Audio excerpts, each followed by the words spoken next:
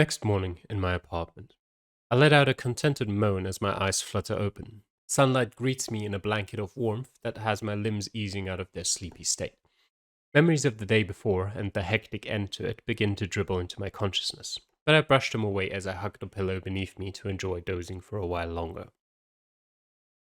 The faint scent of someone cooking breakfast in another apartment wafts through my vented window, accompanied by the gentle chorus of birdsong. A smile tugs on my lips as I revel in the peacefulness. My lovely, lazy morning is interrupted by the buzz of my phone. With a groan, I snatch it from the bedside table. A text from Ava states plainly, "Research has been set up, meet us at the warehouse." There goes my weekend. I allow myself a final sigh before heaving myself out of bed to get ready. At the library in the warehouse. A hushed quiet has reigned over the library since I arrived. When I came in to take a place on one of the worn sofas and grab a book, Ava and Nat were already deeply entrenched in the task of research. They've barely moved an inch in the time I've been here. Ava sits in an armchair with one ankle resting on top of the opposite knee, while Nat is lounging back at the opposite end of the sofa I'm on. Both have contented, relaxed expressions softening their features. I think it's the first time I've seen them so at ease, particularly Ava. As the thought crosses my mind, pale green eyes flick up to meet mine. "Is something wrong, Detective?" Ava asks. Hmm. Not wrong, I reply with a shrug as I lean back against the sofa a little more. Just odd. What? She asks. Well, you're just so relaxed. I didn't think you actually knew how to untense. There's a soft chuckle from Nat, though she doesn't look up from her book. I'm in a safe environment completing a low risk task, Ava explains and then actually gives a smile. It's easier to be at ease under those circumstances. I nod. That makes sense. It's a few more minutes before the quiet is interrupted again, this time by Nat snapping her book shut. A cloud of dust forms at the action, adding even more mustiness to the antique-scented air. She's managed to zoom through 7 of the tomes while I'm only on my second. Even Ava's only on her third. I glance between the two of them. Do you two do this often? The research side of things, I mean? This is more Nat's specialty than mine, but I'm happy to participate when needed, Ava explains. Nat smiles. Morgan and Farah rarely join in with these tasks unless specifically ordered, and even then Farah usually finds some way to get out of it. You're quite the mix of people, I comment, laying my book down in my lap as the conversation flows in this easy setting. Brian Morgan seems so forward and modern, while you two are more... My words trail as I try to think of something other than old-fashioned. The two vampires flick their gazes up from their books to me as I pause, then slowly look at each other with brows raised before returning their focus to me. Oh, please, Detective, Ava says, leaning forward in challenge. Do finish that sentence. Why am I not allowed to say old-fashioned? Okay, we have to. Well, old, I suppose. I reply with a shrug. That breaks into a wide smile that even makes her brown eyes shimmer with amusement. Ava doesn't look quite as amused. We are old, Ava replies stiffly, but our age has nothing to do with our temperaments. I'm not so sure about that, I mutter, meeting Nat's eye. She breaks into a chuckle. Ava's grip tightens on her book. Oh, calm down, Nat waves the hand at the team leader. Sorry, Ava replies, slouching back into her seat somewhat. I just don't want you ripping any pages. Nat comments while throwing me another grin. Ava lets out a drawn breath. Must I be the butt of your jokes? You sometimes set yourself up for it, old friend, Nat says, trying to lighten the team leader's mood. Another sigh leaves Ava, though a small smile also plays at the corner of her lips. The unexpected bonding moment is interrupted as the door to the library swings open. We all look up to see Farah sauntering towards us. Agent Langford's on the phone for you two, she explains, jabbing a thumb over her shoulder to gesture out of the room. But the research... Nat replies with a frown, spreading a hand out to gesture at the books. Farah glances over the piles of aged research material with disinterest before spotting me sitting on the sofa. Her face instantly brightens. I'll take over with Jules. Ava is already standing from her place to stride out of the room, but Nat lingers for a moment. The frown creases deeper on her face as she looks over at Farah, then at the mountains of books. Are you certain? Farah shrugs. Sure, I'll be fine. All right. Nat replies. She places a hand on Farah's shoulder for a moment before moving out of the room to follow Ava. We will not get any research done.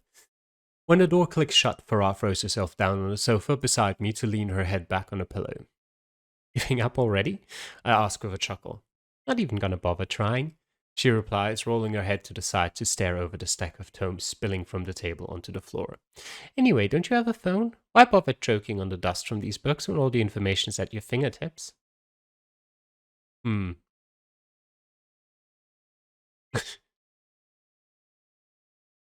I break into a wide smile. I'm not sure all of the information from these books is out on the internet. She sits up cross-legged beside me. Of course it is. I gently lift the book from the table. The cover and pages so delicate and bruised with age I worry they may crumble in my hand. This is pretty old and looks kind of unique. I'm not sure anyone but us even knows about it. She glances over the book with a grimace. Probably a good thing for the rest of the world. I let out a soft laugh as I go to place down the book. I'll do it, she says. Her fingers brush as she takes the book, a touch I'm wholly convinced is very much on purpose by the size of Farah's grin when it happens. A tingle rushes up my arm, making my heart thud harder in my chest. She then leans back to place down the book on one of the side tables with a surprising amount of care. After that, Farah actually tries to get involved, but mostly she just skims the pages with a confused frown before letting out heavy breaths while rubbing at her temple. An easy quiet falls between us as we work. It's filled only by the gentle creaks of books opening and small coughs as we turn the pages and are assaulted by the dusts of time and memories. 3 books later, I've still found nothing useful. Doesn't seem Farah is having much luck either. Why would you voluntarily choose to do this? Farah asks, not looking up from her book. I mean, I don't like fighting either, but out of the 2, it's the nice, easy choice. Research is hard. Hmm.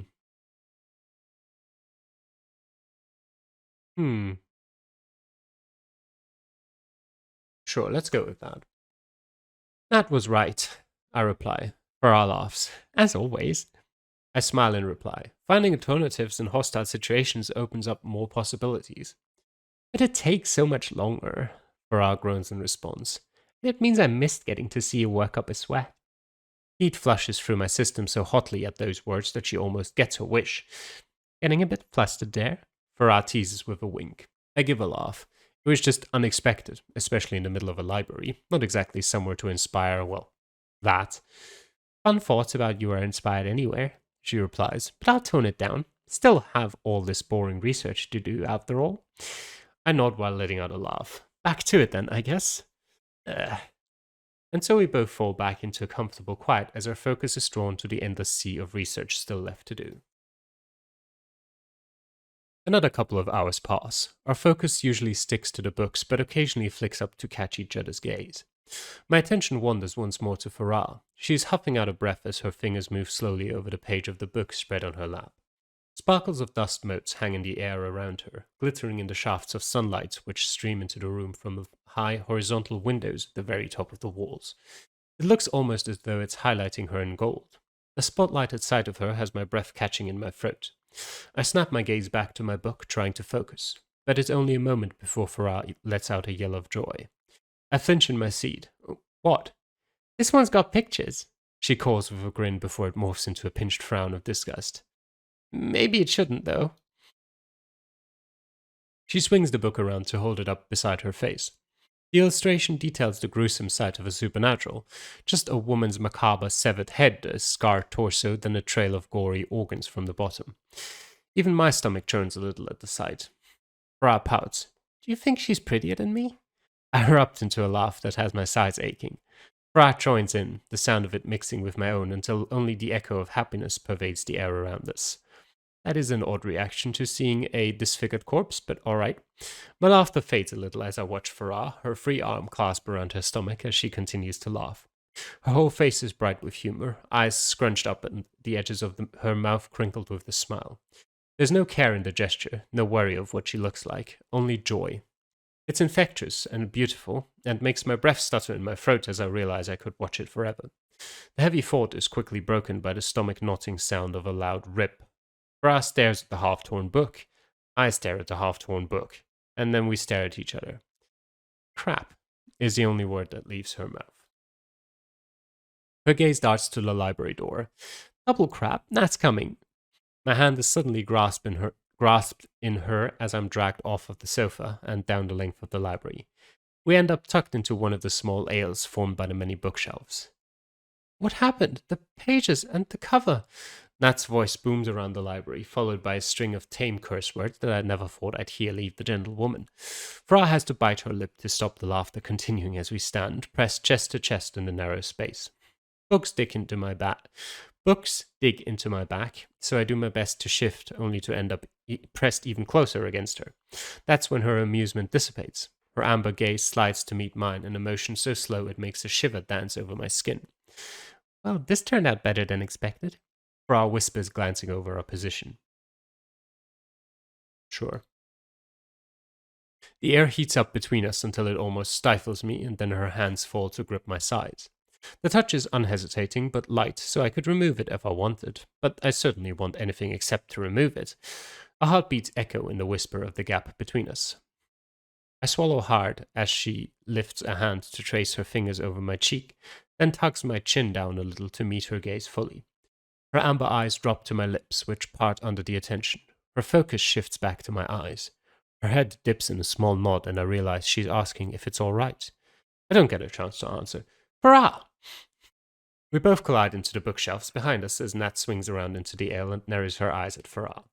The book is grasped in her hands, well, half of it anyway. Farah stares about the small corridor of books.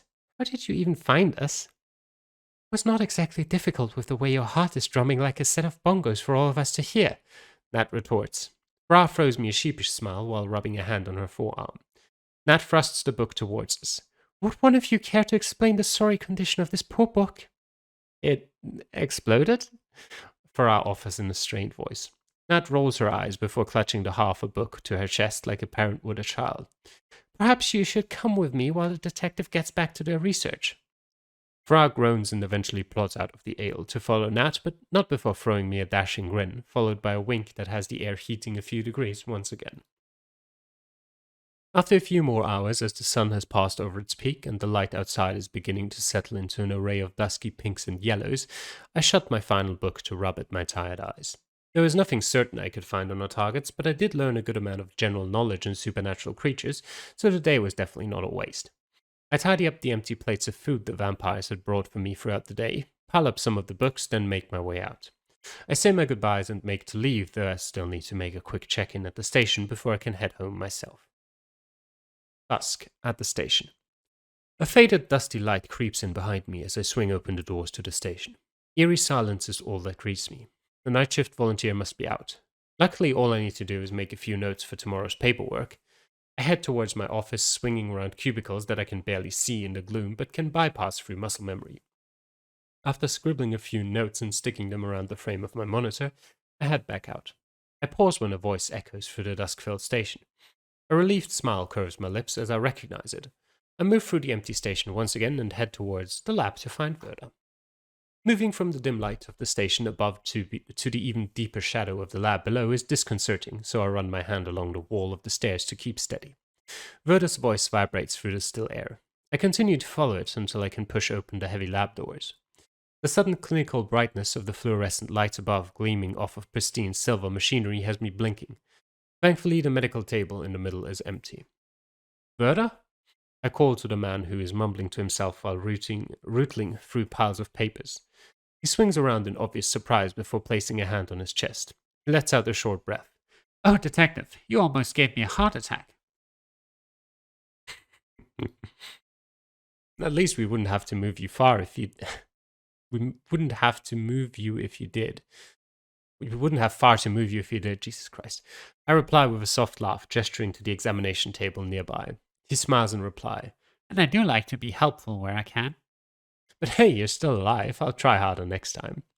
He leans back against the counter. You'll have to try very hard. I'm not usually off my guard.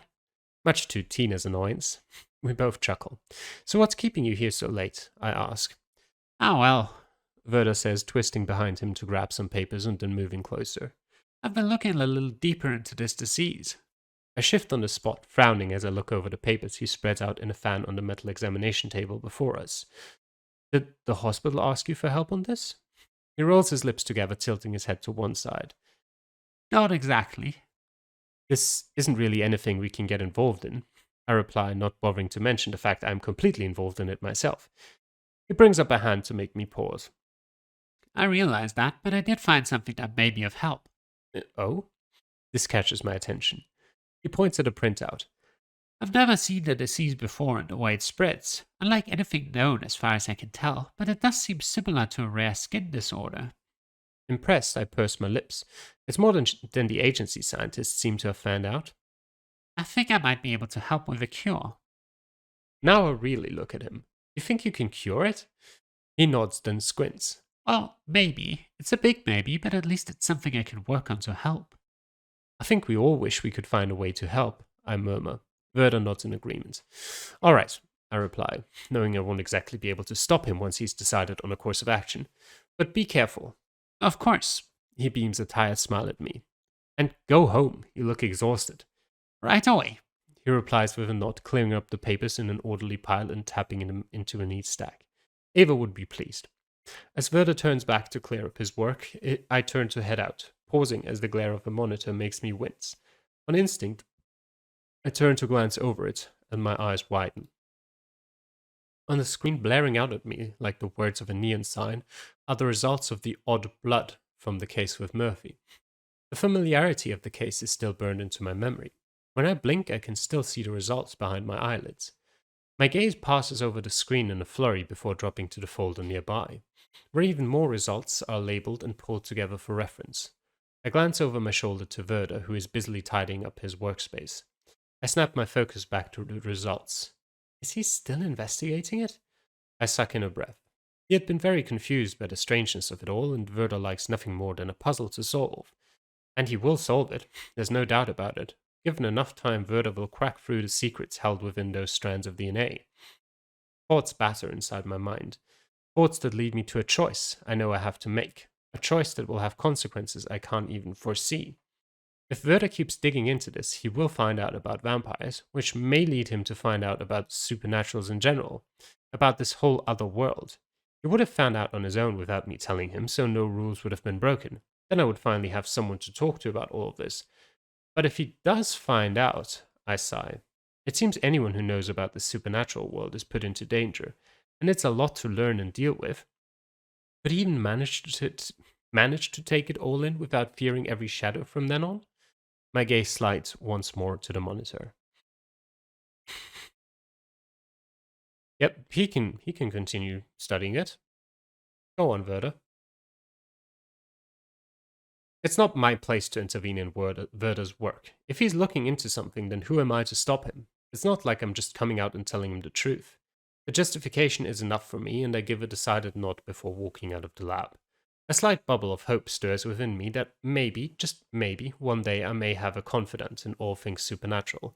At least a confidant who doesn't come with fangs. Next chapter.